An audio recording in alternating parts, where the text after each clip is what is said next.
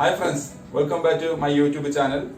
ഇന്നത്തെ വീഡിയോ എന്ന് പറഞ്ഞു കഴിഞ്ഞാൽ പുതുതായിട്ട് ലോഞ്ച് ചെയ്ത Epson PM520 എന്ന സ്റ്റുഡിയോ ബക്കറ്റ് പ്രിന്ററിന്റെ ഇങ്ക്പാഡ് എങ്ങനെ റീപ്ലേസ് ചെയ്യാം എന്നതിനെക്കുറിച്ചുള്ള ചെറിയൊരു വീഡിയോ ആണ്. കാരണം അത് നിങ്ങൾക്ക് തന്നെ റീപ്ലേസ് ചെയ്യാൻ മാത്രമേ ഉള്ളൂ. ഓൺലൈനിലോ അല്ലെങ്കിൽ Epsonന്റെ സ്റ്റോറിലോ അല്ലെങ്കിൽ Epsonന്റെ സർവീസ് സെന്ററിലോ കോൺടാക്ട് ചെയ്ത് നിങ്ങൾക്ക് വാങ്ങിച്ച് നിങ്ങൾക്ക് തന്നെ അത് റീപ്ലേസ് ചെയ്യാൻ മാത്രമേ ഉള്ളൂ. അപ്പോൾ അത് എങ്ങനെയാണെന്നുള്ള ചെറിയ സിമ്പിൾ വീഡിയോ ആണ് നിങ്ങൾക്ക് മുന്നിൽ പരിചയപ്പെടുത്തി തരുന്നത്. അപ്പോൾ വീഡിയോ കാണുന്നതിന് വേണ്ടി ചാനൽ സബ്സ്ക്രൈബ് ചെയ്യാത്തവരാണ് ഒന്ന് ചാനൽ സബ്സ്ക്രൈബ് ചെയ്യണമെന്ന് പറയുന്നു. കൂടെയുള്ള ബെൽ ബട്ടൺ നിൽക്കുകയാണെങ്കിൽ എന്റെ പുതിയ വീഡിയോസിന്റെ നോട്ടിഫിക്കേഷൻ നിങ്ങൾ ഫോൺ ലഭിക്കും.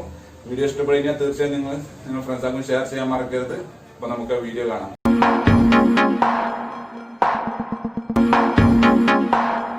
അപ്പോൾ ഇന്നത്തെ വീഡിയോയിൽ Epson PM520 ഇങ്ക്പാഡ് റീപ്ലേസ് എങ്ങനെ ചെയ്യാം എന്നുള്ളതിനെ കുറിച്ചുള്ള വീഡിയോ ആണ്. അപ്പോൾ താഴെ ഇതിന്റെ ഈ ഭാഗത്താണ് ഇങ്ക്പാഡ് വരുന്നത്. ഈ ഡോറ് റിമൂവ് ചെയ്യണം ആദ്യം. അപ്പോൾ നമുക്ക് ചെറിയൊരു മൈനസ് അല്ലെങ്കിൽ ഇതേപോലെ ഒരു ബ്ലേഡ് എടുത്തുകൊണ്ട് ജസ്റ്റ് ഒന്ന് ഓപ്പൺ ചെയ്യാം. കണ്ടില്ലേ, ഇതാണ് പേഡ്. അത് ലെഫ്റ്റിലേക്കൊന്ന് വലിച്ചു കഴിഞ്ഞാൽ പഴയ പേഡ് നമുക്ക് ഊരി പുതിയ പേഡ് ഇതേപോലെ റീപ്ലേസ് ചെയ്ത് വെക്കാൻ മാത്രമേ ഉള്ളൂ. ഓക്കെ, ജസ്റ്റ് ഒന്ന് ഓക്കെ, ഇത്രേ ഉള്ളൂ. എന്നിട്ട് ടോപ്പ് കവർ ഇതേപോലെ തിരിച്ച് ഫിറ്റ് ചെയ്യുക. ഇത്രേ ഉള്ളൂ. ഇത് നിങ്ങൾക്ക് സ്വന്തമായിട്ട് ചെയ്യാൻ മാത്രമേ ഉള്ളൂ. ഇത് പേഡ് മാർക്കറ്റിൽ ഓൺലൈൻ മാർക്കറ്റിൽ അവൈലബിൾ ആണ്. അല്ലെങ്കിൽ Epsonന്റെ സ്റ്റോറിൽ അല്ലെങ്കിൽ Epsonന്റെ സർവീസ് സെന്ററിൽ കോൺടാക്ട് ചെയ്ത് കഴിഞ്ഞാൽ അവർ നിങ്ങൾക്ക് എത്തിച്ചു തരുന്നതാണ്. ഓക്കെ,